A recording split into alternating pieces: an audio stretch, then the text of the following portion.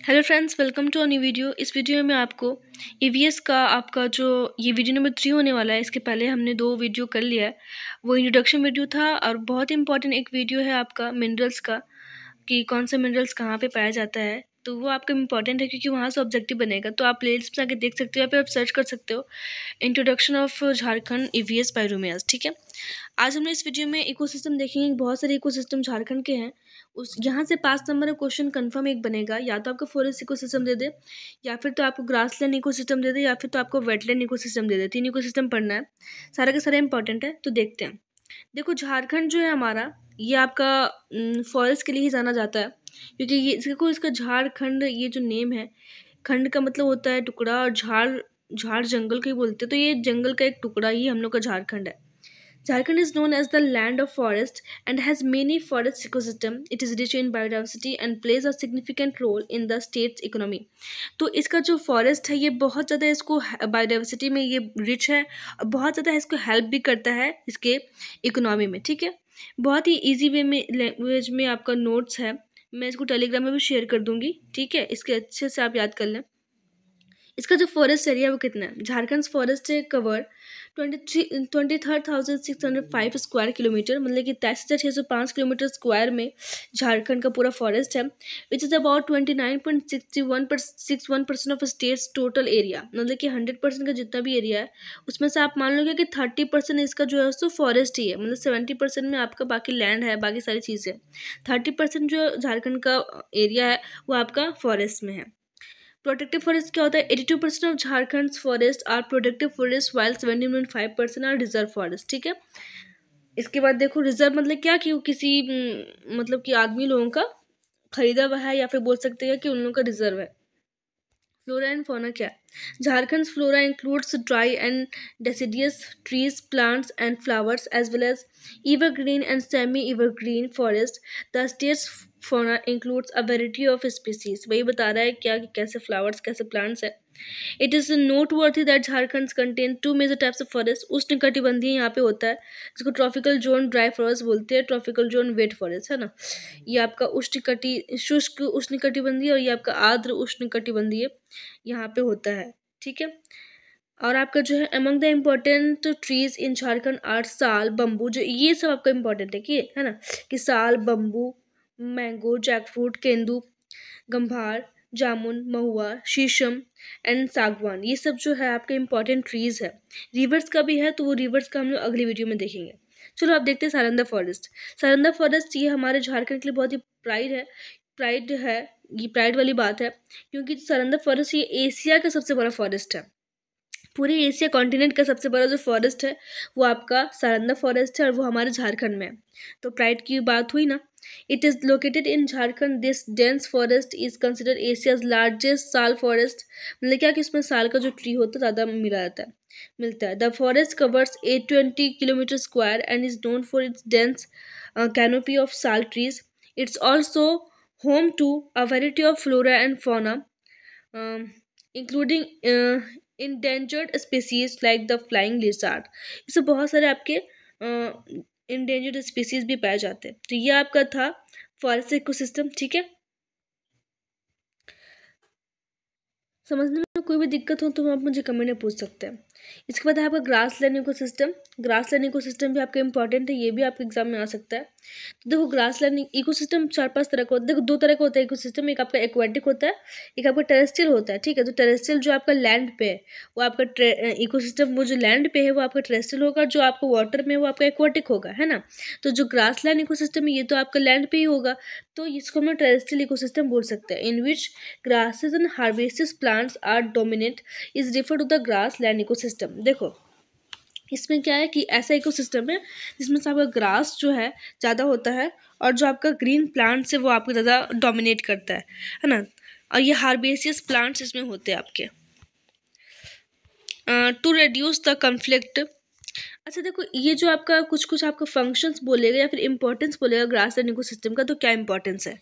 तो to reduce the conflict between elephants and humans in the villages adjacent to the Dalma wildlife sanctuary of Jamshedpur and to overcome the shortage of wildlife. देखो होता क्या है कि जब animals को, जो आपके एनिमल्स है अगर उनको जो है सो उनका फूड नहीं मिल पाता है, उनको खाने के लिए उनका जो सो भोजन नहीं मिल पाता, तब वो जो है सो ह्यूमन की तरफ आते हैं, ह्यूमन को अटैक करते हैं, चाइल्ड को अटैक करते हैं, कैटल्स को अटैक करते हैं।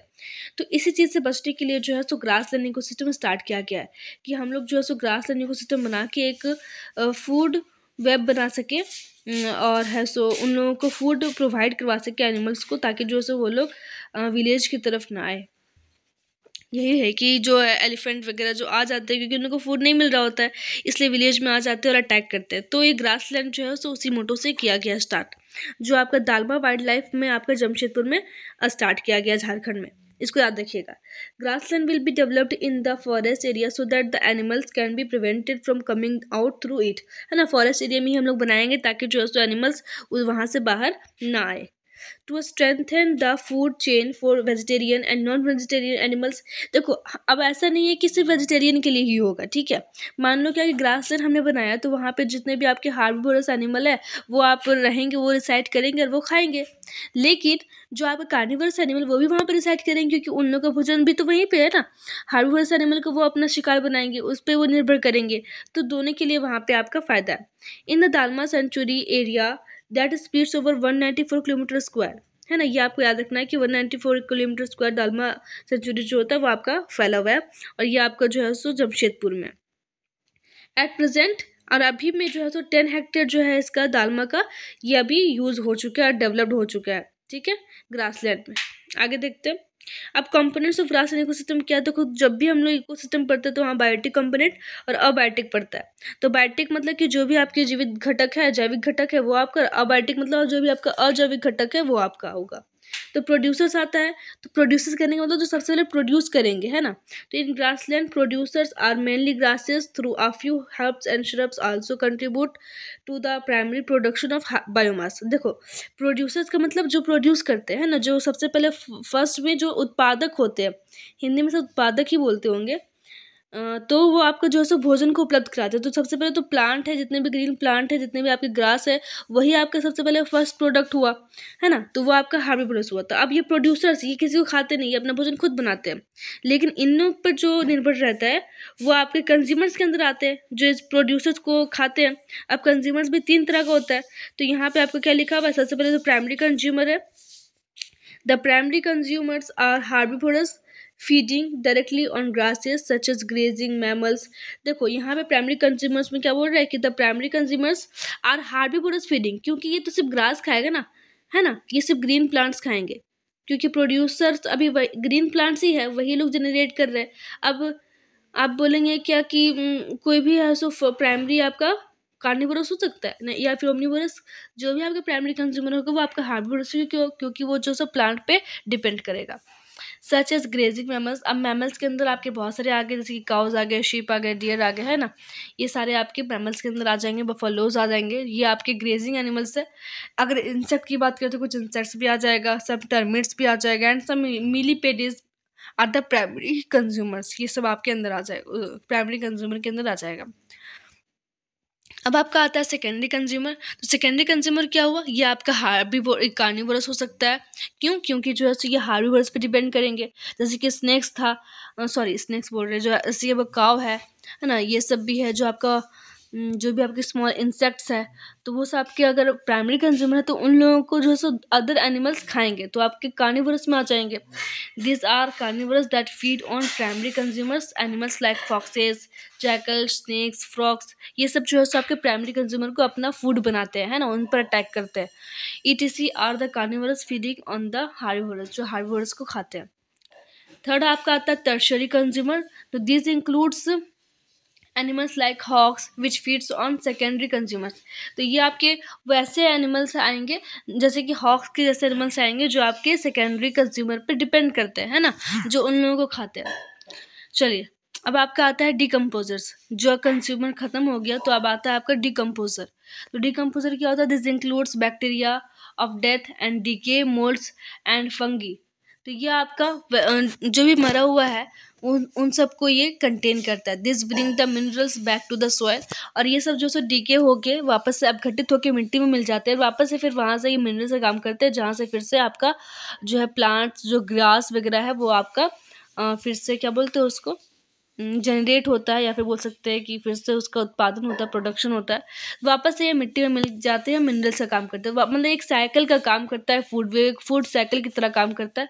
ये उसको खाया, वो उसको खाएगा, वो उसको खाएगा, फिर वापस से वो मिट्टी में मिल जाएगा, क्योंकि उसको कोई नहीं खाएगा। तो इस तरह से वापस से वो फिर से आपका प्लांट में चेंज होता है, क्योंकि मिनरल्स है तो प्लांट के लिए मिनरल्स तो ज़रूरी है ही। चलो देखो, अब आके है आपका अबायोटिक कंपोनेंट। जो ग्रासलैंड इकोसिस्टम है उसके लिए अबायोटिक कंपोनेंट क्या होगा? This includes the nutrients present in the soil and the aerial environment. अभी हम लोग देखे क्या कि जो भी आपके डिकेन एनिमल्स है वो आपके सॉइल में मिल जाते हैं, मिनरल से काम करते हैं। तो अबायोटिक कंपोनेंट के लिए जो आपका प्लांट है, जो ग्रास है, उसके लिए अगर ज़रूरी कोई चीज़ है अबायोटिक, मतलब कि अजैविक घटक, तो आपका आता है वो आपका न्यूट्रिएंट आता है जो आपका सॉइल में होता है, मिनरल्स आता है, और एरियल एनवायरनमेंट की भी ज़रूरत है ना, क्योंकि उसको जो है सो कार्बन डाइऑक्साइड चाहिए। The elements required by plants are hydrogen required, oxygen, nitrogen, sulphur, और भी बहुत सारे एलिमेंट्स है जो उनको रिक्वायर होते हैं, तो वो उनका सोयल में मिल जाता है। These are supplied by the soil and air in the form of CO2, water, nitrate, phosphate and sulfate. Sulphate भी, नाइट्रेट भी, फॉस्फेट भी, ये सबसे वाटर से इन लोगों को मिल जाता है, या फिर सोयल से, या इन्वायरमेंट से। यह था आपका अबायोटिक फैक्टर। ठीक है, आपका जो है एक ज़रूरी चीज़ जो है यहाँ पे देखो, यहाँ पे ये क्या है, क्या कि ग्रासलैंड इकोसिस्टम जो है सो हर कॉन्टिनेंट में अलग अलग नाम से जाना जाता है। जैसे क्या कि आपका जो चीन वगैरह है वहाँ पे आपका सवन्ना के नाम से जाना जाता है। ठीक है, SAVANNA।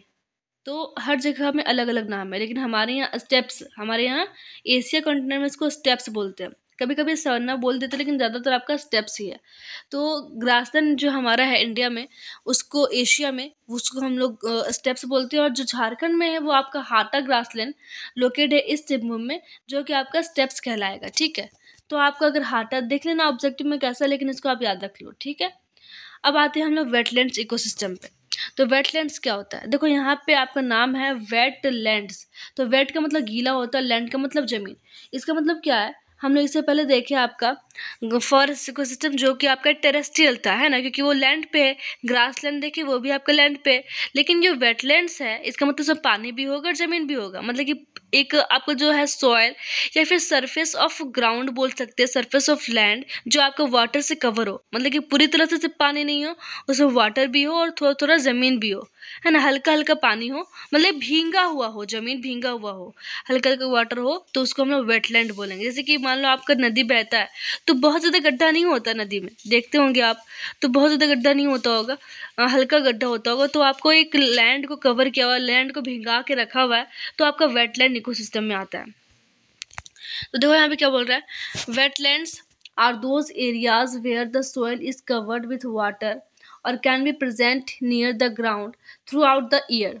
यहाँ पे क्या बोल रहा है कि वैसे एरिया होते हैं जो सॉइल हो, वहाँ का जो सॉइल है वो वाटर से कवर हो, and can be present near the ground throughout the year, और जो है सो ग्राउंड तक जो है सो प्रेजेंट रहे पूरे साल तक।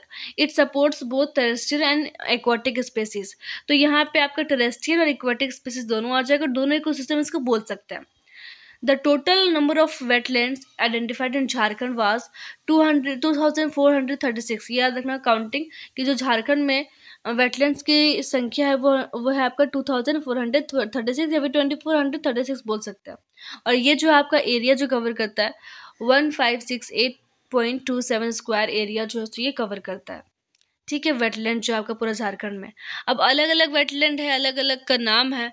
हमारे यहाँ जो है सो वेटलैंड का क्या काम होता है, तो देखो ये जो है सो आपका फिश प्रोडक्शन में काम करता है, या फिर हम लोग बोल सकते हैं क्या कि जो है सो उसको सिंचाई बोलते हैं ना इंग्लिश में,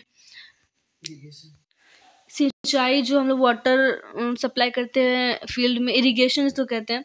तो इरिगेशन में हमारा जो है सो ये आपका वेटलैंड यूज़फुल होता है। तो रोल ऑफ जो वेटलैंड है फिश प्रोडक्शन में भी है, यहाँ पे क्या लिखा हुआ है, wetlands in Jharkhand play a major role in fish production, है ना, मछली के उत्पादन में, मत्स्य पालन इसको बोलते हैं, मत्स्य पालन में जो है इसका बहुत बड़ा रोल होता है। However the state's fish production is lower than the national average due to siltation and weed infestation. तो ऐसे अगर एवरेज निकाला जाए तो हमारा रेशियो स्टेट का हमारा कंट्री के कंपैरिजन में थोड़ा कम है, लेकिन फिर भी ये वेटलैंड जो है इसका हमारा फिश प्रोडक्शन में थोड़ा सा हेल्प मिल जाता है।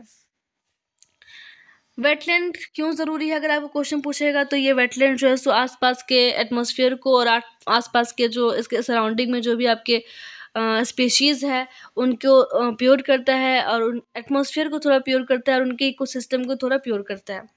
ये सब चीज़ है। तो देखो इसके लिए बायोटिक कंपोनेंट क्या होगा, जैविक घटक क्या होगा, तो biotic factors are living things within an ecosystem. Ecosystem में जो भी आपका लिविंग थिंग है उसको बायोटिक कंपोनेंट बोलते हैं।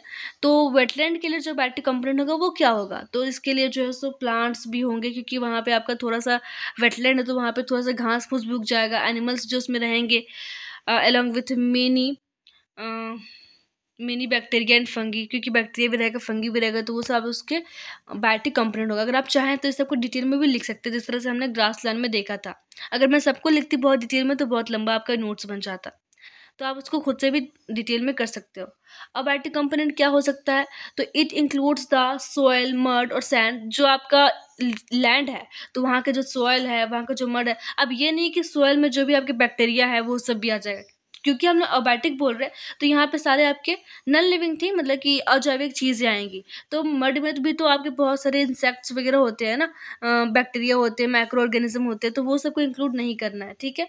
तो सिर्फ मिट्टी को, मड को, सैंड को हम लोग अबायोटिक कंपोनेंट बोलेंगे वेटलैंड के लिए। रॉक्स को, सनलाइट को, वाटर को, गैस को जो आपके एयर में मौजूद है, और जो भी एटमॉस्फेयर है वो आपके इसके लिए ज़रूरी है वेटलैंड के लिए। ये सब नहीं होगा तो आपका वेटलैंड कैसे हो पाएगा, ठीक है। अब देखो यहाँ पे क्या बोल रहा है कि Bahiyar wetland is a famous wetland in Jharkhand. Jharkhand में बहुत सारे वेटलैंड है, और तो इसमें जो आपका एक कॉमन नेम है वो आपको बाहियार याद रख लो, क्योंकि अगर आपको ऑब्जेक्टिव में आ जाएगा तो आपको वहाँ से हेल्प मिल जाएगा, ठीक है।